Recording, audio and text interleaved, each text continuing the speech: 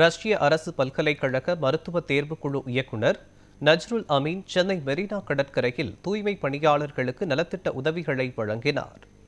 வறுமை, ஏழ்மை என்ற கொடிய நோயை தமிழகத்திலிருந்து ஒழிக்கும் நோக்கில் ரஷ்ய அரசு பல்கலைக்கழக மருத்துவ தேர்வுக்குழு இயக்குநரும் எம்ஜிஆரின் நீண்டகால ஆதரவாளர் அமீர்ஜகான் மகனும் நஜ்ருல் அமீன் பொதுமக்களுக்கு பல்வேறு நலத்திட்ட உதவிகளை வழங்கி வருகிறார்.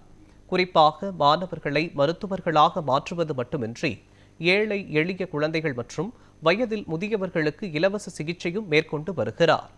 தமிழ்நாடு முழுவதும் சுற்றுப்பயணம் மேற்கொண்டு ஏழை குழந்தைகளை கண்டறிந்து வீடு தேடி பல்வேறு நலத்திட்ட உதவிகளை வழங்கி வருகிறார். இந்நிலையில் சென்னை மெரினா கடற்கரையில் உள்ள ஏழை தூய்மை பணியாளர்களுக்கு ஒரு மாதத்திற்கு தேவையான மளிகை பொருட்கள் மற்றும் நலத்திட்ட உதவிகளை நஜ்ருல் அமீன் வழங்கினார். சாலை ஓரம் இருந்த மக்களுக்கு உணவுகள் வழங்கிய அவர், நீங்கள் யாரிடமும் கையேந்து நிற்கக்கூடாது எனவும் தொழில் வழங்கல் மூலம் மட்டுமே முன்னேற வேண்டும் என்றும் அறிவுரை வழங்கினார்.